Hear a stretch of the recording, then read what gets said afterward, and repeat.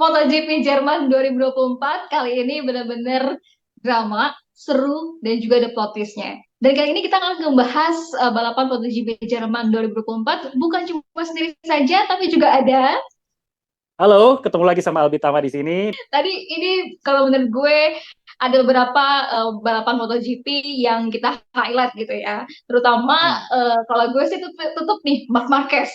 Marc Marquez dari posisi ke-13 sampai akhirnya dia di posisi kedua gitu ya. Ini menurut gue aliennya dia udah mulai keluar lagi dan luar biasa.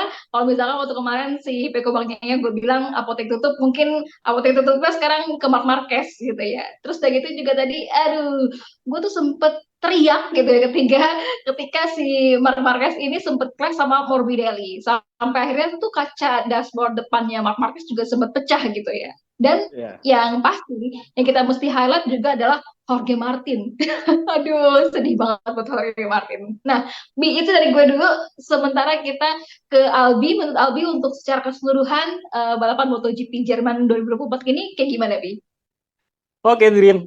MotoGP Jerman 2024, bener kata Sabrina. Tadi gue juga banyak beberapa kali momen of teriak-teriak ya. Mulai dari Marc Marquez senggolan sama Morbidelli karena takut jatuh, terus juga susul-susulan antara apa namanya Enea Bastian ini sama Marquez juga sempet, sama Oliveira juga sempet. Terus yang paling klimaksnya itu pas Jorge Martin akhirnya jatuh di 2 lap sebelum finish. Itu bener-bener kayak teriaknya kenceng banget gitu. Kalau misalnya supporter bola mungkin pas lagi mau cetak gol atau pas lagi mau ngegolin teriak wah gitu. Nah itu terjadi sama gue tadi gitu. Nah kalau misalnya dibandingin sama MotoGP Asen kemarin, memang punya apa namanya porsi seru yang sama meskipun dengan karakter yang berbeda gitu ya. Kalau di Asen kemarin kita ngeliat banyak susul-susulan tapi smooth kayak gitu. Nah kalau di Saksering ini banyak banget drama-drama susul menyusul dan juga plot twistnya gitu, Din. Bisa dibilang ini sangat seru ya. Di podcast kita minggu lalu, seperti yang kita udah sampaikan juga, kita kan punya prediksi kalau yang bakal menempati podium di MotoGP Jerman itu ada nama Jorge Martin, Pecco sama Marc Marquez tuh kalau Sandrina kan Pecco, Jorge Martin dan juga Marc Marquez. Tapi intinya prediksi kita itu dua of tiga ridernya tuh udah masuk ke podium ya kan, Pecco dan juga Marc Marquez ini udah sama-sama bener sesuai harapan kita dan amazing banget sih. Ini Khodamnya Marc Marquez keluar lagi nih, Khodam aliennya Marc Marquez keluar lagi dari P13 akhirnya bisa finish ke posisi kedua walaupun sempat ada banyak drama ya sama Morbidelli yang juga angin-anginan dan tumben nih lagi kencang banget hari ini dan juga sempat susul-susulan sama beberapa pembalap lain termasuk ada Enea Bastini, ada Oliveira juga dan juga sama adanya sendiri di last lap gitu. Nah, um, ini sebenarnya agak bikin khawatir pada saat kita kemarin ngelihat di sesi kualifikasi. Marc Marquez kan sempat kena gangguan dari Stefan Bradl ya, sang rider tuan rumah yang sampai akhirnya tuh akunnya Stefan Bradl tuh dibully dan Stefan Bradl akhirnya minta maaf sama netizen para penggemar Marc Marquez karena dianggap udah bukan dianggap malah sudah dipastikan sudah mengganggu para pembalap lain yaitu Marc Marquez dan akhirnya dia dapat penalti di grid paling akhir paling ujung gitu. Nah, sebenarnya ini drama ini dimulai dari sesi free practice, lalu juga sprint race kemarin juga lumayan seru. Marc Marquez cuma bisa finish ke berapa kemarin tuh ya lupa ke 6 ya kalau nggak salah ya. Nah terus akhirnya pas di main race ini ya kita bisa lihat lagi kekuatannya Marc Marquez dan kalau misalnya kita bahas Marquez dulu nih, Marc Marquez ini benar-benar punya start yang lumayan bagus momentumnya begitu dia start dia langsung posisi ke-8 kalau nggak salah tadi dan sedikit demi sedikit dia meluncur ke level yang lebih depan ataupun ke posisi yang lebih depan. Dan klimaksnya di last lap dia berhasil overtake adiknya sendiri. Setelah Jorge Martin jatuh dia memanfaatkan momentum itu dan akhirnya bisa finish ke posisi kedua. Dan ini agak menarik ya karena dia bisa finish barengan sama adiknya yang notabene adalah rekan satu timnya dia juga dan finish bareng sama Pecco Bagnaia yang kalau tadi kita ngelihat di pre-podium room tuh kayak ini tim existing sekarang dan tim masa depannya dia gitu bareng-bareng sama Pecco juga itu agak unik juga sih dan ya Marquez akhirnya bisa menampilkan keseruan lagi setelah beberapa waktu lalu dan ternyata nggak cuma Marquez doang ya Drin yang akhirnya bisa melonjak ke beberapa posisi terdepan ada Enea Bastian ini yang juga mengulang kemarin kejadian di Asen start dari posisi ke-10 akhirnya bisa finish ke posisi ketiga dan di Seren ini dia start posisi ke-11 dan akhirnya bisa finish ke posisi keempat setelah beberapa kali battle dengan Oliveira, dengan Morbidelli juga, dan itu cukup seru masing-masing rider. Dan yang terakhir yang paling nyesek itu adalah Jorge Martin. Setelah kemarin dia akhirnya finish pertama di sprint race dengan kekuatan yang luar biasa gitu ya. Tapi di main race ini setelah start dia posisi bagus, sempat susul-susulan juga sama Pecco posisi 1-2, tapi menjelang dua lap akhir Martin kehilangan gripnya, jatuh, dan itu bakal nyesek banget. Dan sekarang bikin Pecco masuk ke puncak klasemen. Sebenarnya sebagai fans Pecco, gue senang sih Pecco bisa finish juara pertama, tapi ngelihat Jorge Martin yang udah susah payah mempertahankan klasemen sejauh ini, dan juga benar-benar konsisten di saksenin dari sprint race dan juga di hari ini, akhirnya jatuh di sisa 2 lap lagi, tuh rasanya nyesek banget sih. Jadi turut berduka buat Jorge Martin, dan juga mungkin buat fans Jorge Martin turut berduka gitu. Nah, di saksenin ini juga kita ngelihat ya beberapa pembalap-pembalap yang sebelumnya itu tampil biasa-biasa aja di beberapa race ke belakang, mulai dari dua punggawa Trackhouse, dari Miguel Oliveira dan juga dari Raul Fernandez, ini bisa start di front row ya, posisi kedua dan ketiga, walaupun Raul Fernandez di sprint dan juga main race ini selalu keteteran finish di posisi ke-9, tapi di apa namanya, rekan satu tim ya, Miguel Oliveira akhirnya bisa finish kedua di sprint race kemarin, dan ini jadi podium pertamanya Trackhouse dan juga Miguel Oliveira di tahun 2024, dan Trackhouse ini pertama kalinya podium gitu. Terus juga Frankie Morbidelli juga akhirnya bisa menunjukkan tajinya. Tadi sempat di posisi kedua, posisi ketiga, walaupun tadi finish posisi keempat, tapi setidaknya kita ngeliat nih 3 rider ini sepertinya lagi pamer kebolehan dia dan cari pekerjaan baru nih. Antara memperpanjang kontrak ataupun caper sama tim-tim lain gitu. Buat Frankie Morbidelli mungkin lagi caper sama tim balap lain, yang walaupun dia katanya dikaitkan dengan tim VR46, tapi ya bukan hal yang nggak mungkin ada tim lain yang tertarik sama Frankie Morbidelli setelah dia berhasil adaptasi sama Ducati GP24, dan juga untuk Raul Fernandez juga Miguel Oliveira mungkin masih punya kesempatan nih buat memperpanjang kontrak mereka karena punya apa namanya, speed yang bagus di MotoGP Jerman kali ini. Kira-kira itu sih apa namanya, pengamatan gue di MotoGP Jerman yang tergolong seru ini, banyak banget data-datanya. Iya, Bi, kalau gue sih sebenarnya gini ya. Tadi tuh keseruan, tadi Nah, Marc Marquez, kemudian juga ada Alex Marquez gitu ya. Ketika si Alex Marquez kemudian mau apa ya, dideketin gitu ya sama Marc Marquez, kemudian Marc Marquez juga akhirnya bisa menyalip si Alex Marquez. Apakah si Alex Marquez ini merelakan gitu ya? Maksudnya, ya udah deh nggak apa-apa, Kak, lu duluan gitu kan. Karena kan memang posisinya si Marc Marquez ini di championship-nya memang lebih tinggi daripada si Alex Marquez gitu. Nah, dengan Alex Marquez dan juga Marc Marquez ini podium gitu ya, Grace ini, dan ini menjadi catatan terbaru gitu buat MotoGP. Dua kakak beradik yang balapan di MotoGP di kelas Premier itu ada lagi gitu ya. Selama di tahun 97, sejak tahun 97 gitu, Bi. Dan ini menjadi rekor tersendiri gitu ya buat Gresini dan juga Ducati. Nah, kalau kita lihat juga, ya tadi kan memang dari awal Jorge Martin, kemudian ada Morbidelli, ada Pecco Bagnaia, itu kan pakai GP24 semua. Tapi ternyata pada akhirnya nih Pecco GP24, kemudian Alex Marquez dan juga Marc Marquez gitu di GP23. Kalau Albi melihatnya, apakah apa ya, di Sachsenring ini memang cocok buat GP23, kemudian juga mungkin ada Aprilia juga, atau memang ya udahlah GP24 memang nggak ada lawannya gitu. Menurut Albi kayak gimana? oke deh, tadi yang pertama kayaknya kalau misalnya duo Marquez ini, kayak misalnya Alex Marquez ngasih jalan ke Marc Marquez, kayaknya enggak deh.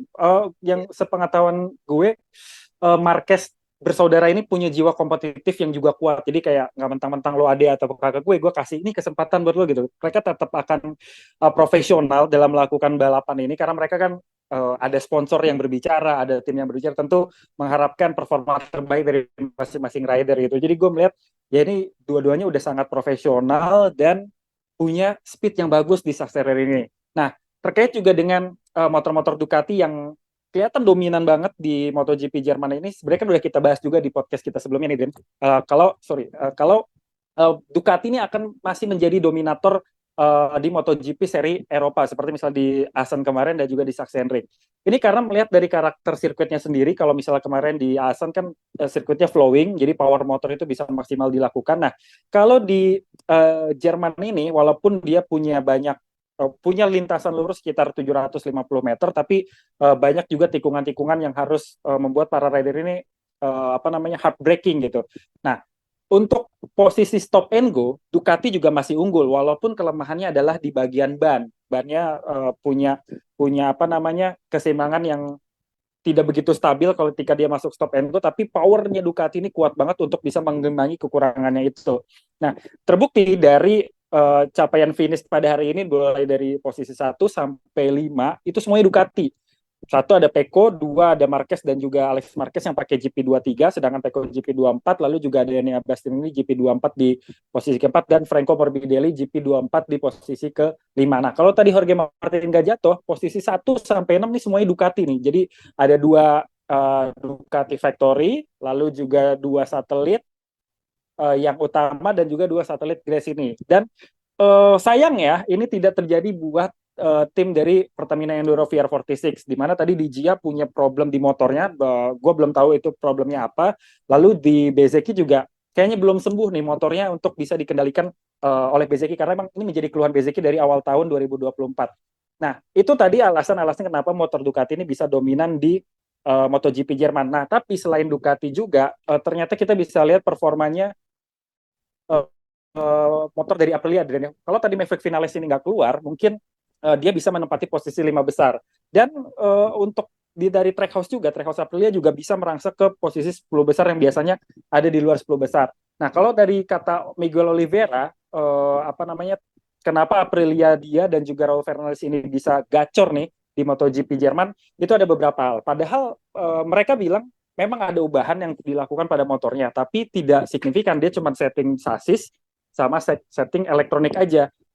Dan Miguel Oliveira agak sedikit kaget dengan apa namanya settingan yang dia lakukan bersama timnya sehingga bisa mengantarkan mereka berada di front row. Nah, terus Miguel Oliveira juga bilang lagi kalau ternyata absennya Alex Espargaro ini jadi salah satu faktor yang bikin Aprilia akhirnya bisa fokus sama Raul Fernandez dan juga Miguel Oliveira. Karena kan sebelumnya Alex Espargaro mungkin banyak dideketin ataupun didengarkan sama orang-orang Aprilia karena dia sebagai pengembang motornya juga dari RSGP, dia juga sebagai pembalap utama dari Aprilia, El Capitano gitu kan, sehingga fokus akan lebih banyak ke Alex Espargaro kalau dia pas lagi ada di sirkuit. Nah, sedangkan dengan absennya Alex Espargaro, Miguel Oliveira dapat berkah. Aprilia jadi bisa lebih fokus sama mereka berdua yang notabene adalah tim satelit dan mungkin di nomor kesekian kan lah untuk bisa didengarkan masukan-masukan ataupun dilakukan improvement pada motornya. Tapi benar kata Sadrina, untuk di GP Jerman ini Ducati sangat mendominasi, balik lagi nih soal power dan lain sebagainya. Nah, tapi memang ada dua rider Ducati yang sangat unggul di sirkuit ini. Bisa dibilang ini adalah Jorge Martin dan juga Marc Marquez sebenarnya. Nah, alasan kenapa Marc Marquez dan juga Jorge Martin ini bisa unggul adalah karena mereka dua-duanya adalah tipikal rider yang punya skill untuk left cornering. Itu artinya tikungan ke kiri mereka lebih kuat, dan ditambah Sachsenring ini kan counter clockwise ya, jadi melawan arah jarum jam, dan tikungannya tuh jumlah 13, Drin. Jadi 10 ke kiri, 3 ke kanan. Jadi buat rider-rider kayak Pecco yang memang orientasinya belokan ke kanan, dia nggak bisa berbuat banyak selain nyari kesempatan bagus. Sedangkan untuk Jorge Martin sama Marc Marquez, ini menjadi peluang yang luar biasa, ditambah juga power dari Ducati sendiri yang memang kenceng banget dan cocok untuk iklim-iklim dingin kayak di Eropa. Kayak gitu sih, Drin.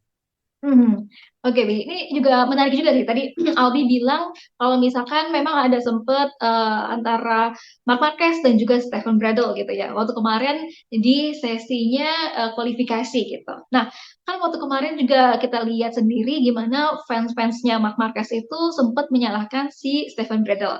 Tapi sebenarnya si Marc Marquez ini juga udah bilang kalau misalkan dia nggak lolos ke kualifikasi kedua itu bukan cuma karena si Bradl aja.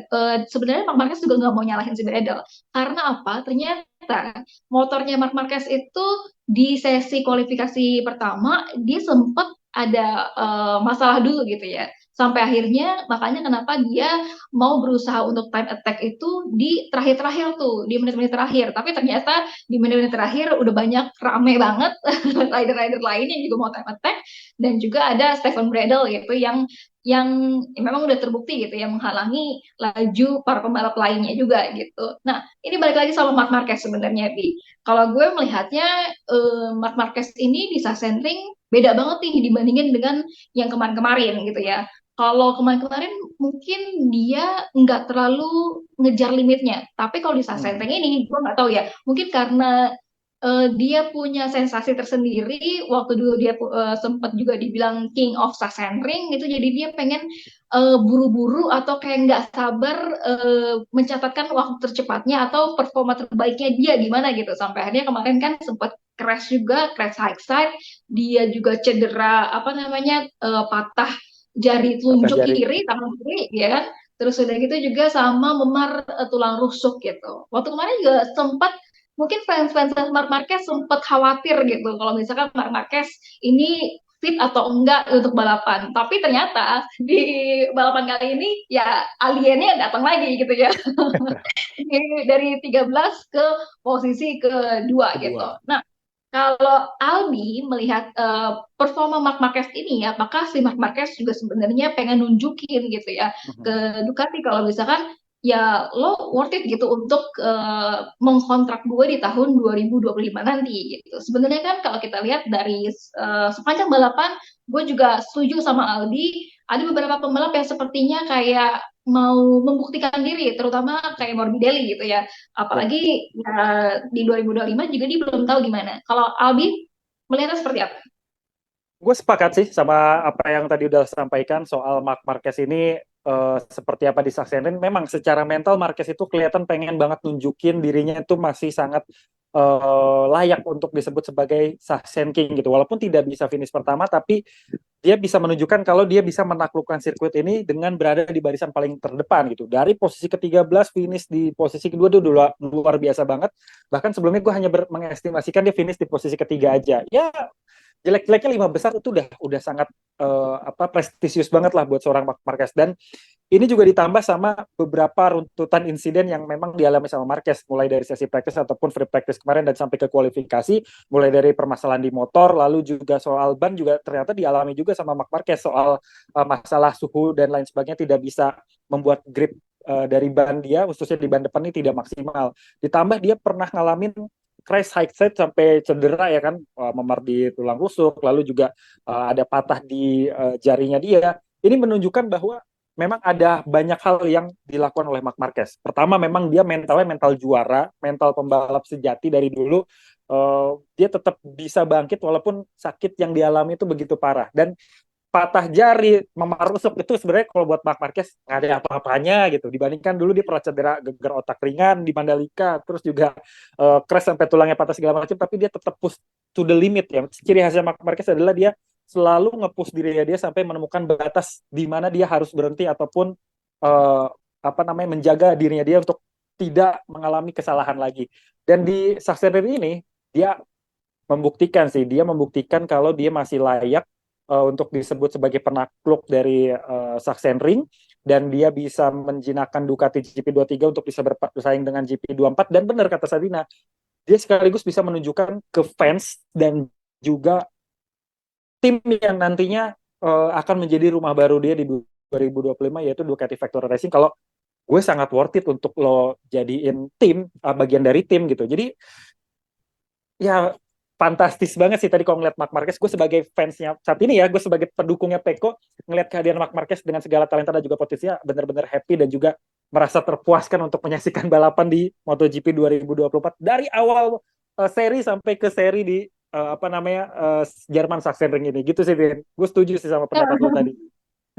Oke. Andi juga ini kan si Marc Marquez ini kan memang cedera ya. Tadi gue juga sempat baca-baca si Marc Marquez ini bagaimana sih menaklukkan sakitnya dia gitu. Bagaimana cedera udah tangan patah gitu ya, jari patah, kemudian juga tulang rusuk yang memar itu katanya tulang rusuk yang memar itu yang paling mengganggu dia gitu ya. Dan gue baca dia itu minum obat painkiller yang paling Hmm. tinggi gitu, yang Ya, ya, ya. apa namanya paling tinggi supaya dia nggak merasakan sakit. Dan itu durasinya selama 2 jam gitu ya. Tapi nanti ya kata dia ya lihatlah bagaimana ketika nanti painkillernya itu udah berhasil apa namanya udah selesai gitu, dia bakal akan kesakitan lagi. Katanya dia seperti itu, Bi. Nah, tapi yang mau gue tanyain ke Aldi sekarang adalah tadi ya Ducati. Nah, di tahun 2025 ini bagaimana Ducati ini memetakan spek-spek motor-motor pabrikannya Hmm. dia? Gimana sih? Oke, Dit. Nah, terkait juga dengan apa namanya Ducati nih ya untuk tahun depan, ini memang belum fix, tapi ini udah keluar dari mulutnya Luigi Dalinya sendiri. Kalau nanti kan di 2025 setelah kepergian Pramac yang apa namanya menyatakan diri menjalin kerjasama dengan Yamaha, otomatis akan berkurang satu tim satelitnya. Nah, tinggal tim satelit utamanya pengganti dari Pramac ini siapa? Ini juga belum diumumin. Tapi seantar terdengar adalah tim Pertamina Enduro VR46 ini yang akan memegang apa namanya predikat sebagai tim satelit utama dari Ducati sendiri. Tapi Luigi Dalinya bilang kalau nantinya di 2025 ini akan ada komposisi berbeda untuk motor-motor dan juga apa namanya tim dari pabrikan Ducati sendiri. Kalau misalnya kita lihat beberapa tahun terakhir ini kan Ducati dengan 8 motornya dengan 4 tim satelitnya itu terdiri dari 4 motor pabrikan dan juga 4 motor versi lawas ataupun tahun sebelumnya. Nah, di 2025 nanti Luigi Dallina atau Gigi Dallina ini bilang kalau formatnya ini akan 3-3. Itu artinya akan ada 3 motor dengan spek terupdate yaitu GP 2025 dan juga 3 motor GP 2024. Nah, siapa-siapa ajakah yang akan menggunakan motor GP25 dan juga GP di 24 ini adalah yang udah pasti adalah tim pabrikan dari Ducati sendiri yaitu Marc Marquez dan juga Pecco Bagnaia akan dapat motor terupdate. Nah, lalu juga tim satelitnya kan ada Pertamina Enduro dan juga Gresini. Ini masih belum bisa dipastikan nih, Drin, siapa yang akan mendapatkan jatah 1 GP25. Nah, andaikan saja Pertamina Enduro yang paling kuat terdengar akan menggantikan posisi Pramac sebagai tim satelit utama Ducati, itu artinya nanti akan ada 2 pembalap yang menggunakan motor berbeda. Jadi yang satu pakai GP25 dan satu GP24 di Pertamina Enduro. Kira-kira siapakah yang akan menggunakan motor dengan spek terupdate? Nah, kalau kita lihat sekarang pemetaannya di apa namanya VR46 kan belum ada yang tanda tangan resmi nih siapa yang akan melanjutkan perannya Marco Bezzecchi dan juga Fabio Di Gia gitu. Apakah Fabio Di Gia ini lanjut di VR46 atau dia akan pergi ke tim lain yang gosipnya emang udah mulai kedengeran, nanti mungkin Sadria juga akan bahas. Nah, tapi yang paling kuat adalah Fermin Aldeguer yang akan menggunakan motor dengan spek terupdate di tahun 2025 nanti. Karena Fermin Aldeguer sudah resmi kontraknya dengan Ducati langsung dan nantinya akan mendapatkan benefit untuk menggunakan motor spek terupdate. Dan ini klausulnya tertulis di kontrak dia untuk mendapatkan motor dengan spek teranyar mulai dari 2025 sampai dengan 2026. Nah, andaikan Fermin Aldeguer ini dapat spek terupdate di di tim VR46, itu artinya pendampingnya nanti akan dapat motor yang lama. Kita masih belum tahu siapa. Santer terdengar adalah nama Franco Morbidelli yang akan meninggalkan Pramac Racing dan pindah untuk menggunakan motor Ducati lagi di apa namanya VR46. Nah, untuk Gracie ini gimana?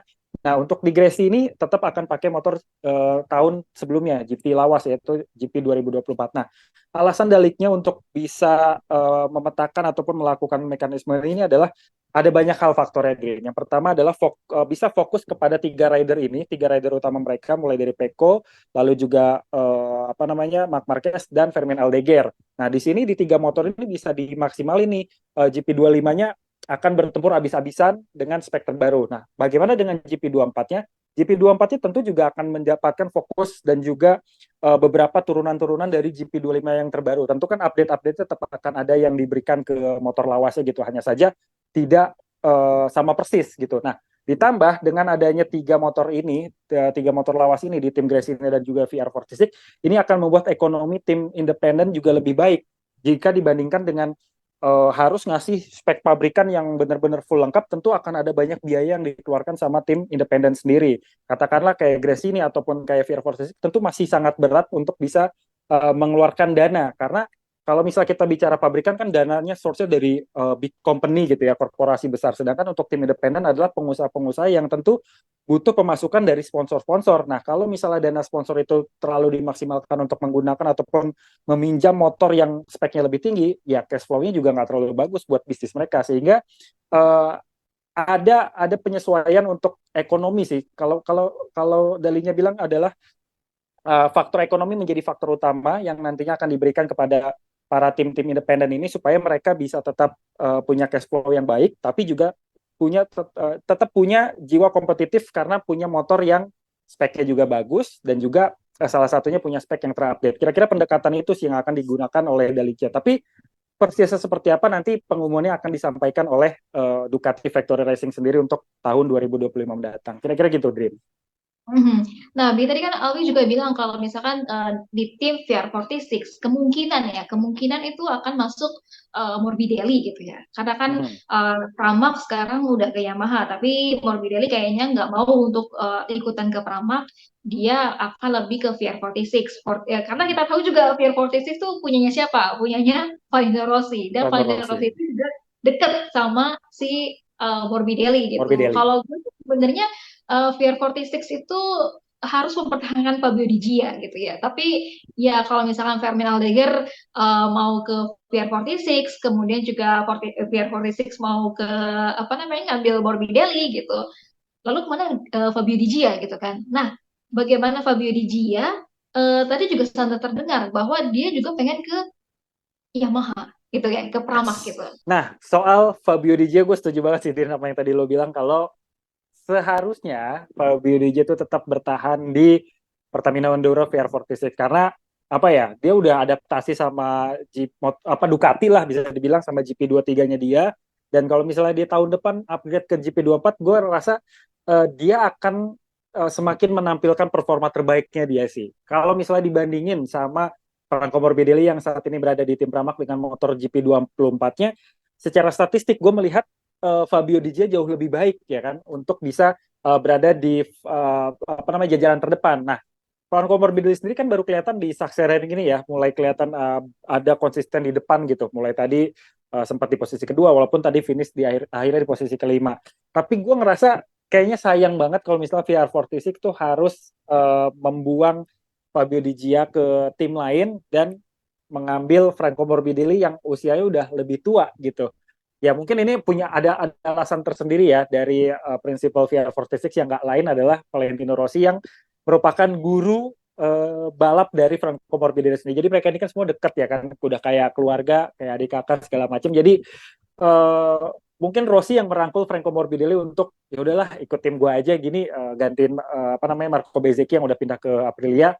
Toh nanti apa namanya lo di sini punya motor yang speknya juga nggak main-main kayak gitu tetap bisa kompetitif karena Valentino Rossi juga ngelihat ada sejarah yang kurang begitu baik dialami sama Franco Morbidelli dengan tim Yamaha kalau misalnya dia tetap harus bertahan di Pramac Racing yang udah jalin kerjasama sama Yamaha untuk multi years ya selama 7 tahun sampai apa namanya generasi MotoGP 850 cc nanti. Nah, kalau misalnya Fabio Di Gia ini terdepak dari VR46, kira-kira dia harus kemana? Nah, ada informasi baru lagi dari Fabio Di Gia yang bilang kalau dia sebenarnya udah mulai ngebangun nih Dream komunikasi sama Yamaha. Ya, bukan di tim pabrikan ya kan. Kemungkinan besar, walaupun sekarang Alex Rins yang lagi jalanin pemulihan cedera, belum tanda tangan secara resmi dengan Yamaha, tapi potensi besar Alex Rins ini yang akan tanda tangan untuk kembali mendampingi Fabio Quartararo di Monster Energi Yamaha di 2025 mendatang. Nah, Fabio Di Gia kemungkinan akan masuk ke Pramac Racing dan dia akan membantu proses pengembangan daripada motor-motor Yamaha tidak hanya buat musim 2025 ataupun 2026 aja, tapi sampai ke 850 cc. Tapi lagi-lagi ini baru komunikasi ya kan Rin, belum ada kepastian dari Fabio Di Gia maupun manajernya maupun dari Pramac Racing soal rencana kedepannya seperti apa. Kita tinggal tunggu ini aja. Tapi kalau udah ada komunikasi gini, biasanya tuh udah sangat dekat banget untuk sampai suatu kesepakatan. Nah, tinggal mereka sepakat, deal gaji, deal juga proyek-proyeknya seperti apa. Ditambah juga Fabio Di Gia nih udah mulai ngeluarin talenta kan. Jadi Yamaha nggak akan rugi sih buat nge-hire Fabio Di Gia. Walaupun di 2 tahun ini Fabio Di Gia akan ya berada di posisi paling belakang gitu ya jika dibandingkan dia dengan motor Ducati saat ini. Tapi kita akan lihat di generasi 850 cc nanti ketika motor-motor Yamaha sudah punya mesin yang baru, sasis yang baru, dan aerodinamika yang sudah diatur sedemikian rupa sama Dorna supaya motor-motor yang ada di grid MotoGP ini bisa lebih kompetitif. Tapi ya apapun itu semoga yang terbaik aja ya buat Fabio Di Gia karena gue ngerasa Fabio Di Gia ini mulai apa namanya agak kebuang-buang itu setelah eranya dia selesai di Gracie ini, dia entah mau kemana tapi akhirnya masuk ke PR46. Nah sekarang balik lagi nih di PR46, dia akan kemana lagi. Jadi ada banyak faktor, mulai dari rotasi pembalap yang begitu besar terjadi di 2024 menuju ke 2025 ini, dan juga perpindahan kerjasama tim mulai dari pakai motor A jadi motor B, dan juga rencana untuk perubahan regulasi MotoGP di tahun 2027. Jadi bikin beberapa pembalap-pembalap ini kena impact yang begitu besar. Salah satunya juga Jack Miller yang masih belum tahu kemana langkah ini akan dilakukan untuk bisa membalap di musim depan dan musim-musim seterusnya. Kira-kira begitu, Dream. Iya, Bi. Kalau tadi juga kan sebenarnya tadi Albi juga bilang sudah ada komunikasi gitu ya, Fabio Di Gia sama Yamaha. Dan waktu di kemarin di konversi MotoGP Jerman, ini kalau kita ingat lagi, Bi, si Fabio Quartararo juga sempat memuji sama si Fabio Di Gia gitu. Katanya Fabio Quartararo, dia bilang Yamaha ini kayaknya butuh orang atau pembalap yang performanya kayak Fabio Di Gia gitu ya. Mungkin ini jadi suatu kode juga gitu buat si Hmm. Fabio Di Gia punya komunikasi tersendiri ke Yamaha. Kalau Albi gimana, Bi? Ya itu bisa jadi salah satu indikasi juga, apalagi kan pada saat konvers itu Fabio Di Gia sama Fabio Quartararo duduknya sebelahan kan, dan dia sambil nunjuk gitu secara langsung. Jadi ya mungkin udah bukan rahasia umum di kalangan apa namanya pembalap-pembalap Yamaha kalau udah ada komunikasi nih antara Fabio Di Gia dengan Yamaha, dan beberapa keluarga besar dari Yamaha mungkin udah suka ataupun setuju kalau Fabio Di Gia mungkin bisa jadi orang yang tepat kayak gitu.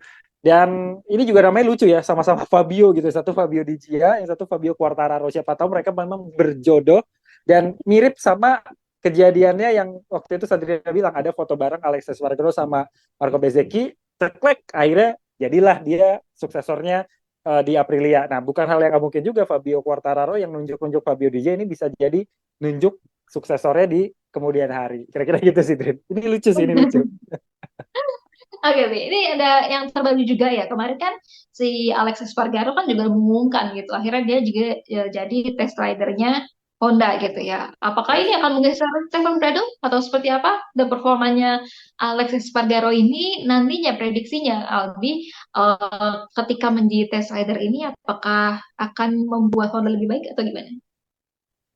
Gue sangat optimis dengan peran Alex Espargaro di HRC nanti ya, karena kita lihat Aprilia di mana apa namanya Alex Espargaro ini kan masuk ke Aprilia itu 2018 ya kalau nggak salah, dengan kondisi Aprilia yang belum begitu bisa dikatakan sempurna. Jauh lah posisinya sama sekarang yang udah bisa kompetitif gitu. Bahkan tim satelitnya tadi di Sachsenring aja udah bisa finish kedua di sprint race kayak gitu. Nah, Alex Espargaro ini sendiri punya karakter pengembang motor. Semua inputnya didengerin sama Aprilia dan terbukti bisa menjadikan Aprilia RSGP motor yang cukup kompetitif dan dilirik oleh banyak pembalap-pembalap keren, yang mulai dari Maverick Vinales kemarin, terus juga di musim depan ada Jorge Martin dan juga Marco Bezzecchi. Itu artinya mereka sudah melihat bahwa motor-motor Aprilia ini udah bisa dipakai untuk kenceng-kencengan gitu. Mereka lebih memilih Aprilia dengan gaji yang mungkin tidak sebesar kalau mereka mengambil ke HRC, karena ya yang penting punya apa namanya kekuatan untuk bisa berkompetisi kayak gitu. Nah, ditambah juga kalau misalnya lihat Alex Espargaro itu bakalan punya banyak input yang besar diberikan kepada Honda, karena punggawa-punggawa Honda tuh kebanyakan juga orang Spanyol kan, ada Alberto Puy, ada apa namanya orang-orang yang dulunya kerja sama Marc Marquez kayak Santi Hernandez dan lain-lain. Tentu komunikasinya akan berjalan dengan baik dan juga lancar, sehingga input-input yang akan diberikan Alex Espargaro itu akan bakalan langsung nyampe kayak gitu.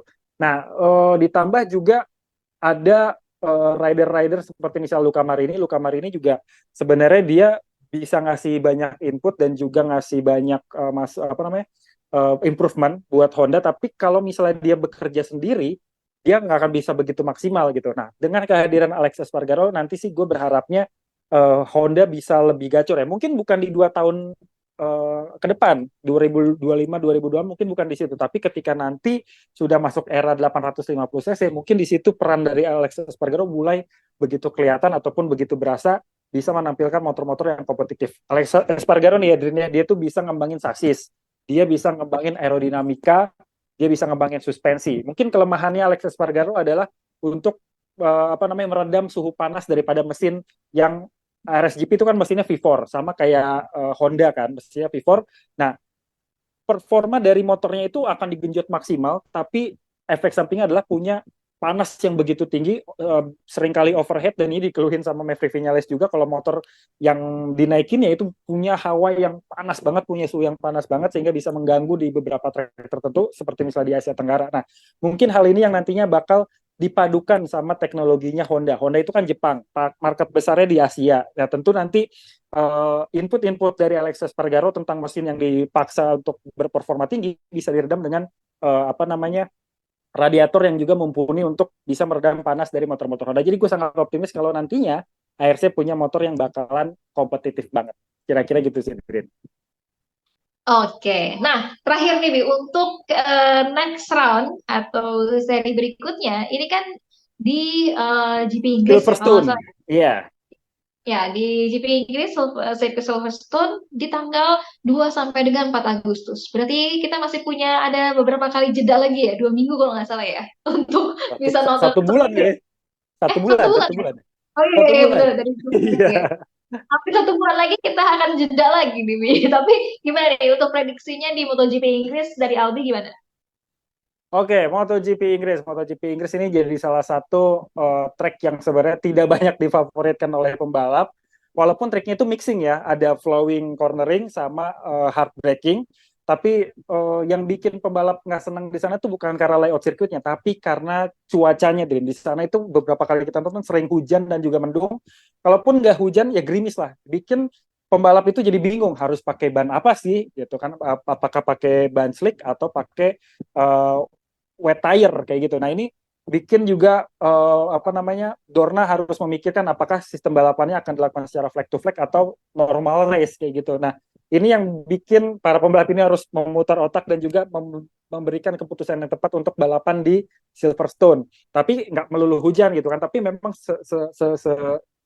apa beberapa tahun terakhir kalau nonton di Silverstone tuh pasti hujan, gerimis, mendung, dan nggak jarang terjadi hujan lebat dan akhirnya harus dipersingkat gitu balapannya.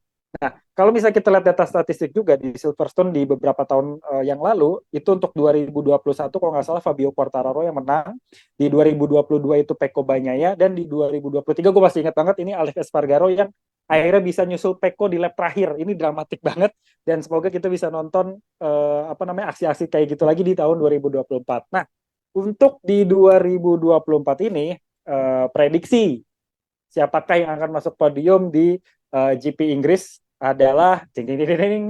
Gue memasang nama Pecco lagi. Ini Pecco kayaknya udah semakin confidence karena sekarang dia ada di puncak klasemen setelah Jorge Martin jatuh dan dia juga nggak boleh bikin kesalahan, ya kan?